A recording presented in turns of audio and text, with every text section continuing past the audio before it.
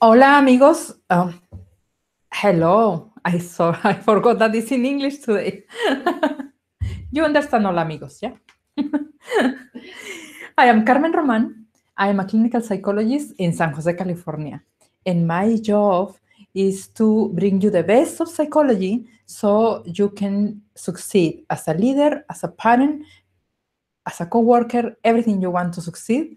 We are here to help you. And we cannot easily succeed if we have anxiety.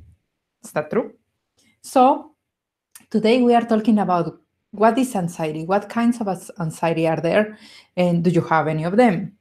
And what to do about it. This is what we are talking today. Stay with us because it's going to be fun. Okay? Welcome, mis amigos in harmony. We are in another episode of this podcast, Emotions in Harmony. If you are just new to this community, you would like to know that we have a Facebook, Amigos in Harmony, a Facebook group. Just type Amigos in Harmony and we are there. And we have the website you can go and visit, and all the topics are English and Spanish. So go and search. We have more than 100 episodes now. So I'm so glad you are here. I'm so glad you are listening, and thank you for your preference. I really hope this is helpful because anxiety is one of these sicknesses that are growing and growing in our society. And that makes me sad because we actually have more and more tools to work with anxiety. We have all these applications. You have your smartphone that helps you to breathe and to meditate and to have peace of mind. And I wish we use the technology for more that helps our health, not for video gaming or create more anxiety. You know what I'm talking about. So I am going to explain to you what are the kinds of anxiety that are, and maybe you identify one of them. First of all, there is the generalized anxiety. And this anxiety is about worry. When we worry too much about things and we keep worrying without control. And you may say, Carmen, but I sometimes worry about something. That means that I have anxiety? No. The difference is when your anxiety is out of control, when you cannot control it anymore, when it's too difficult for you to manage, or when it's really persistent. When you already have several weeks about worrying about something and you cannot control that we call it anxiety. Yeah. So there are also this fear, this profound fear that sometimes become a constant companion. And that is sometimes it becomes a panic attack, or it becomes a deeper level of anxiety. So fear, these recurring worries, the constant feeling of something that is about to happen, we put it under the umbrella of generalized anxiety for now, because I'm going to tell you about phobias, and I am going to tell you about PTSD, and I am going to tell you about what is just extreme fear and panic attacks. Yeah. So in this generalized anxiety is people who cannot concentrate on their daily task. They cannot focus because normally the way I describe it is that we live in the past. Yeah, we live in the we escape the present moment because the present moment is so painful that we don't have what we would like to, and we think that by going to the future we are going to get it. So we put in pause everything that makes us happy. For instance, I cannot be happy until I have this job, until I have that house that I want in my dreams, or until I have the partner that I want. So because we don't have what we like in the present, we escape and we start daydreaming and we focus on the future, and then we trap ourselves thinking that we will be happy then. what I am finding mostly in my clients with therapy and also sometimes in myself is that it's not true. When that person comes, when that job comes, with something comes that we were expecting, that baby or whatever project we were thinking of, we are already thinking about something else in the future, so we don't have time to enjoy. Maybe you remember when you were thinking, I want that job, and then now you have that kind of job and you don't enjoy it. You are too stressful, too stressed to enjoy. Or maybe you are thinking, when I have that car, and now you have the car, and now you don't have the health. You are not healthy enough to drive it. See my point? My point is, don't wait to be free of stress or be happy when you have that particular goal in mind, when you achieve that. Because the thing is, you may not be able to enjoy it because it's something in your personality that needs to be changed. Somebody, when I was learning about finances, somebody said, if you don't know how to manage $1, how do I know that you know how to manage $10 or $1,000 or $1,000,000? If you don't know how to manage $1. And this is the same for your own sense of peace and happiness. If you don't know how to manage today with what you have, with what you accomplished today, how do we know? What do you know about the future? You know very little.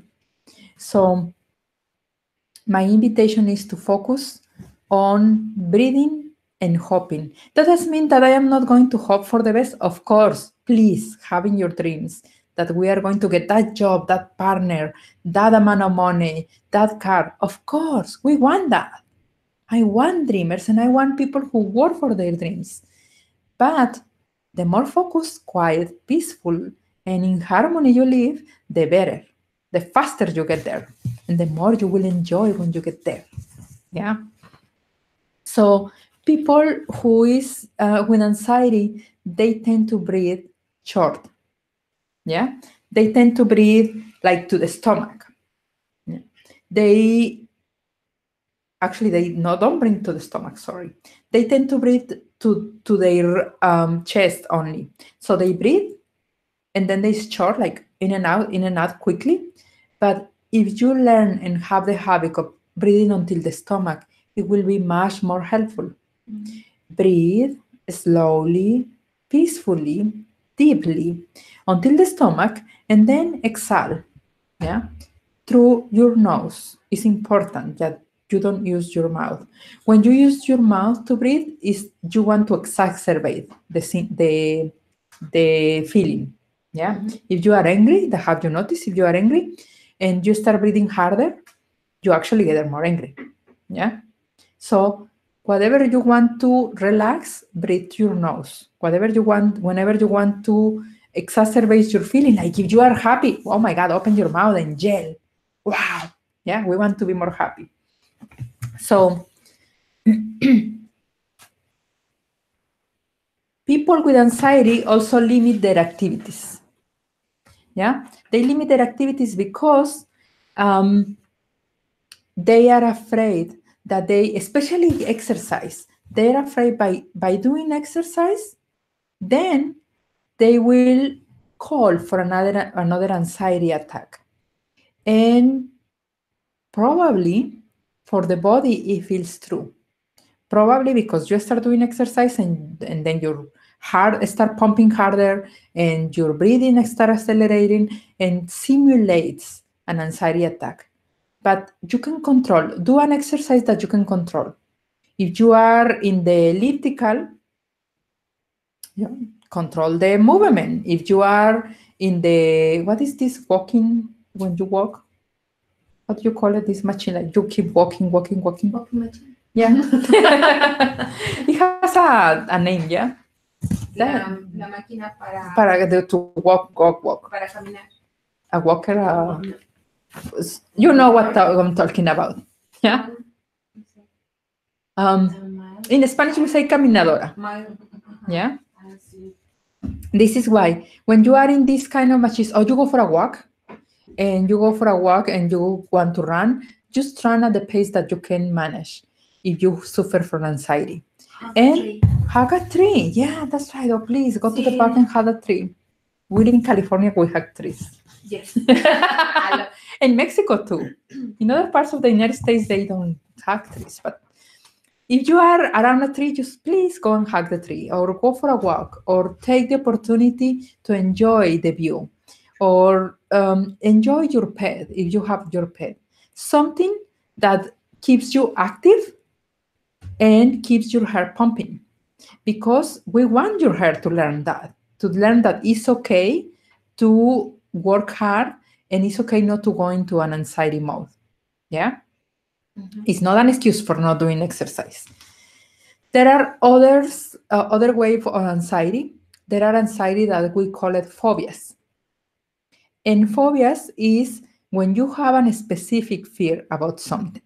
Yeah. Let's say you have fear about snakes, or a spider, or the heights, or I don't know, certain colors, certain moment of the day, or the elevator, for example, or something. Yeah. So you have a specific fear to something, and that's okay. Many people, a huge percentage of the population, have a fear about something. You don't need to be ashamed of that. And if you can work around that, that's perfect. Yeah. If you are afraid of spiders and you don't live in a place that are spiders, perfect. Just carve your fear, nothing. Yeah. The problem is when it limits your life. If you are afraid of something that actually really limits your life, then please go and look for help. Because maybe it's easier than you think. Maybe actually we like to think as a psychologist, of course, yeah. Sometimes it's a problem that once you find the connection, the psychological connection to something deeper, to the unconscious, pop, it gets solved as easy as it came. Yeah. So that it belongs to an expert. That doesn't come sometimes in conversations with your best friend, if your best friend is not a psychologist. Yeah. It doesn't come in a conversation just like that. Sometimes you need to have a professional that helps you to look inside, in your brain, in your mind, and helps you to do these deeper connections. That comes from that. Yeah. And I'm going to put you an example. I have a person, many years ago, I had a person in Mexico that he was in intense, debilitating anxiety mode. He couldn't even walk, he couldn't even drive for himself, he couldn't even do anything. And that thing was only in anxiety. Yeah. And be careful. Be careful to be judgmental about people who suffer anxiety. Unless you suffer anxiety, probably you really don't know what is anxiety. It can be really incapacitating, debilitating. It can really take the most of your day. Yeah. Only people who suffer from anxiety knows about it. So this person was not able to do his normal life. And when we went back and back and back into his experiences and life and whatever, we discovered the root of that. We discovered actually, we thought, and he had the explanation for it, but it was not that. He thought it was a car accident, a heavy car accident that he was in. Yeah. And those symptoms came from the car accident, but no, those symptoms were already boiling under. The car accident was just the extreme situation that start everything there, increase everything, but everything was behind boiling. When we went back and back and back, we actually discovered that his father, he was about to turn 18 and he was ready to go to college, and his father was expecting him to go in certain profession, because that was particular the profession that he needed to go to take over the company of his father. Yeah. He was not ready to fulfill his father's expectations. Then he started developing these symptoms, and then he went on and he studied whatever he wanted to study, and he was about to graduate from the career of his choice. He was ready to take the work, to be happy, and whatever, and then he had this car accident. And this car accident, it didn't leave any physical, but it left the psychological component.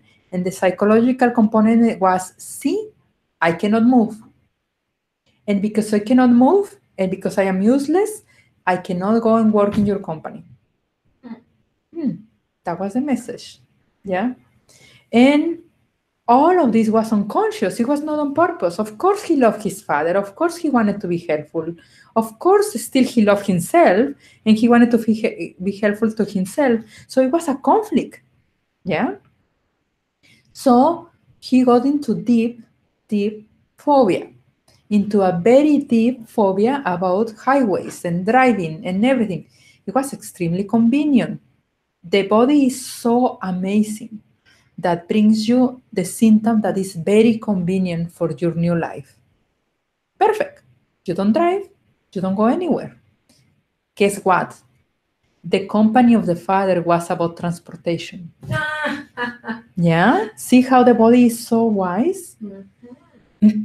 We are very wise. This is why I have a lot of respect for the symptoms that a person presents, because it's telling me a story. It's telling me what wants me to know to help that person. So, when you have a specific phobia, it's time to go and see a psychologist or somebody who understands these under conditions. Let's talk about obsessive compulsive disorder. Some people have this obsession with organizing their home. Marie Kondo. Yeah. I love Marie Kondo. Yes, me too. Yeah. And hopefully she doesn't have an obsession or she gets paid for it. We have obsession with cleaning the home, organizing. We have obsession with saving money, or we have obsession with spending money. Or, when you are poor and you don't have anybody on your side, an obsession can be an obsession, yeah? When you are rich and you can do whatever, our obsession is an eccentric thing, yeah? So if your obsession works for you and gives you money and gives you whatever you need, perfect, go for it. Remember, it's not about the symptom, it's about how happy or miserable you are. We are going to do something when you feel unhappy and miserable, yeah?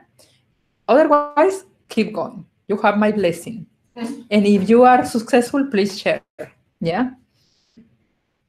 I will put you an example. Let's take a person that is the most clean person. She likes to have everything clean, the floors, the surroundings, everything. And let's take that person and put it in a restaurant. That restaurant is going to be clean, people is going to be happy, clients are going to be happy, and the owner probably will be very happy with her services. Yeah? Now let's take the same person and put it in a home. Yeah? And this person cleans the home. And that person don't want anybody to come and make dirty the floor or to disorganize the home or to blah, blah, blah. That family is going to be unhappy with that person because it's not life. When everything needs to be extremely clean at home, there is no life to enjoy. Mm-hmm. Yeah? Not that everything needs to be dirty to enjoy, but at least needs to be used. Yeah? Mm-hmm. So this is why I'm telling you is if your symptom works for you in some places, don't bring it to another places where those don't work for you. Yeah. If your fear of social life helps you to focus and be a scientist and finish your dissertation, go for it. Finish your dissertation. But if prevents you from having more friends and enjoy life, go and work for it. Yeah. Go and recover from it. Let's talk about PTSD. PTSD is a more serious form of trauma. PTSD is when the generalized anxiety or any other symptom, stressful symptom, becomes incapacitating And PTSD is not in the first 2-3 weeks.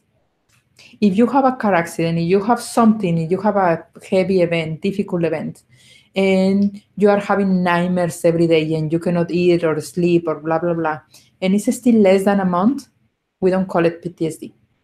It's still anxiety, yeah? And it's normal. Your body is adjusting. I remember in Guadalajara, I experienced a flooding in my car, and my car was like literally swimming in the water, and it was a new car. Oh my God, it was so painful. And somebody need to rescue me to the window and blah, blah, blah.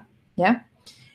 3 weeks, for 3 weeks in a row, all I like having my dreams was water. Water, water, water, water. Yeah. And my car in the water and me in the water and Joe in the ocean and blah, blah, blah, and all of this. Because my body was adjusting to it.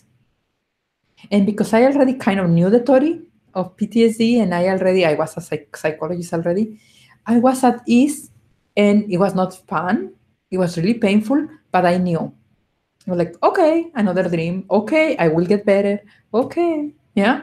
I better go and fix my car and get into the car. Because if I don't get into the car quickly, I'm not going to get for many years into the driving again. So for me, it worked. I'm not telling you go and do the same. No, for me, it worked. I knew that even though I was afraid, I needed to jump into the car and start driving again. So PTSD brings you feelings, behaviors, patterns that affect your everyday life, that you avoid, yeah? That you want to avoid certain aspects of your life because you don't want to deal with them. It's painful to deal with them. You avoid places, people, conversations, blah, blah, blah. Yeah. And it's very normal to do so. It's not healthy, doesn't help you to have a happy life, but it is very normal.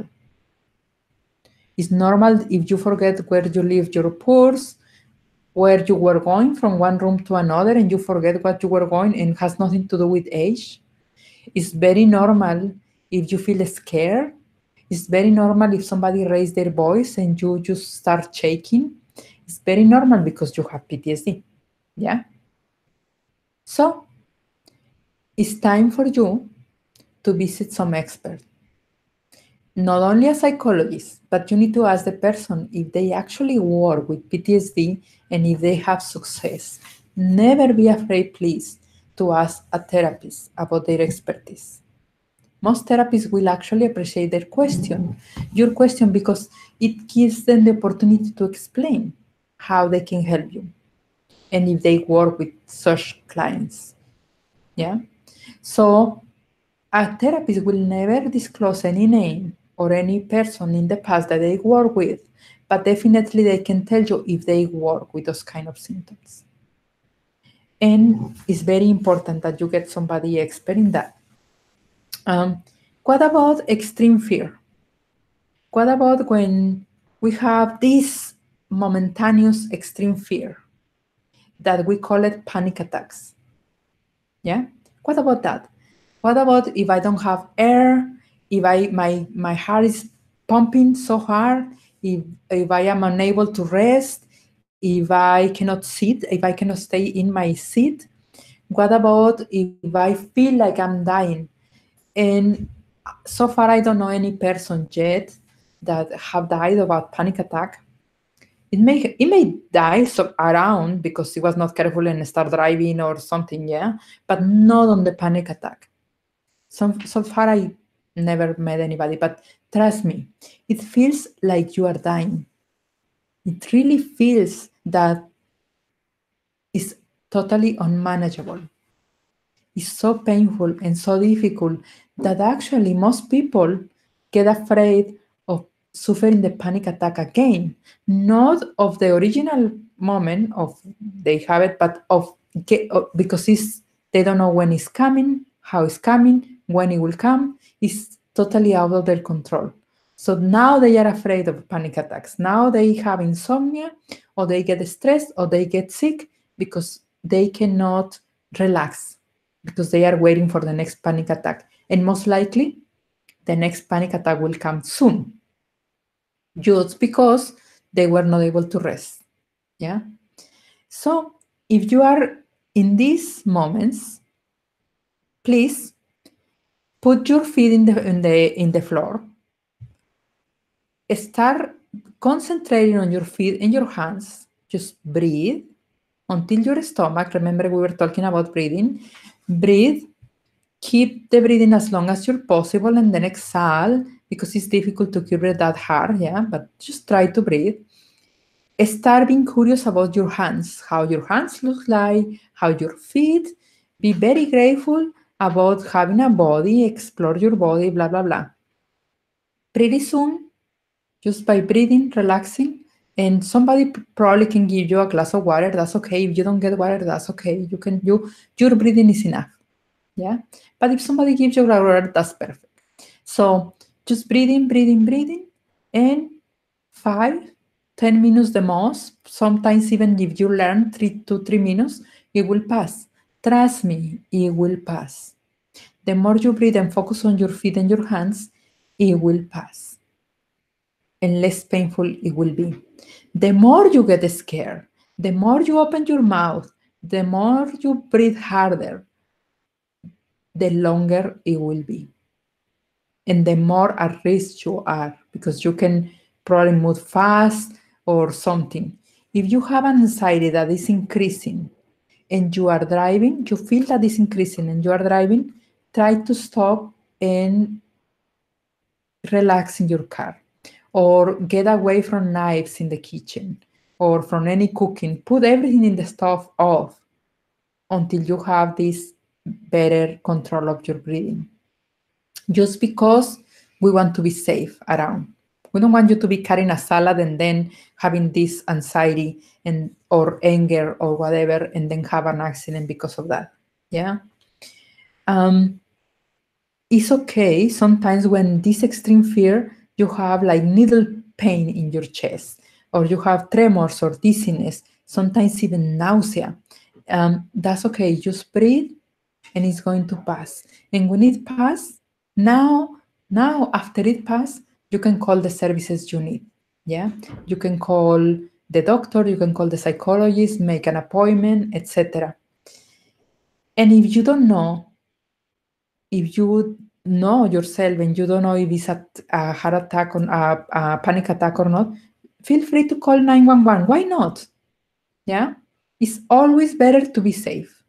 What about if it's only panic attack and I already called 911 7 times, or I already went to the emergency room 10 times? Don't worry. You don't worry about it. You go if you need to go. It's very important to be compassionate and kind to yourself. Eventually, if you take care of yourself and you get the services you need, you will not need to go back to the emergency room. But in meantime, we don't know. And if you need to go, you need to go. If you need to call, you need to call. That's okay. Sometimes some anxieties are associated with some life cycles. Some anxieties are just because we are changing. And when we are in our teenager years, we are being a teenagers, our hormones is back and forth, yeah, up and down. So it's normal that we are more scared. We don't know who we are. We don't know how we respond, etc. So it's normal to be anxious about it, to be anxious about many things, and to have fear about many things. Totally normal. That's okay. This is why we are growing emotionally and physically. Also, when we are in the menopause, it's harder. You have all of the symptoms, something is going on to your body in the pregnancy, in the menstrual period. I'm talking mostly about women, I know. Yeah, sometimes. But also men experience all of these moon cycles. They just know it, sometimes don't know about it. Yeah. But we experience, every human being experience cycles. Sometimes there are seasons. More seasons are heavier than others. Some people don't tolerate spring. Some people don't tolerate winter. Yeah. So life cycles, time of the year, time in our lives, when we lose somebody, when we lose something important for us, it will be a more sensitive periods for anxiety. And if you know that, you will be more careful with yourself. Yeah. What happens if you go without treatment? If you go without treatment and it's manageable, maybe you can start your yoga practice, walking, taking Reiki sessions, massage, acupuncture, I don't know, exercise. There are so many ways that you can control a beginning anxiety. And please do, yeah, because it can become worse as we learn, yeah. So you can go without treatment as long as you take care of yourself and do so many other things to take care of yourself. You eat healthy, sleep the number of hours that you need, do all of these that I told you, meditation, exercise, yoga, calm reading, listening to music, from time to time putting your smartphone or smartwatch about a minute to relax. Yeah, all of this. What about if you do many of these things and still it's not going away? Please, please, I'm asking you, consider going to a psychologist. Me, other, wherever. A psychologist who is licensed, you need to ask that is licensed in whatever place you are, in the country that you are, that have experience with anxiety and has experience with the kind of anxiety that you have. I'm not talking about the doctor. I'm not talking about the psychiatrist. I'm not talking about any other service. I'm talking about psychologists. The doctor will help you to take care of the physical component, and it will give you medicine, and that's very good, and it's very good option. You need to pair that option with your therapy, psychotherapy. What about if you go to the psychiatrist? That's perfectly okay. Please go and work with the psychiatrist in having what kind of medicine you need, and go to the psychologist and work on how you can not be addictive and stay in the medicine for many years. the medicine is only some help, meanwhile you get better. Yeah, we don't want you to get addicted for no reason. So if you feel that is complicating, your anxiety is getting complicated with depression, with drug use, with other physical problems, with relationship problems, please, it's time to go and look for psychotherapy. If you are losing your job, losing relationships, you are experiencing more problems because of your anxiety, please. If you have 10, 12 sessions, 20 sessions, it will be a lot. You will gain the power on yourself.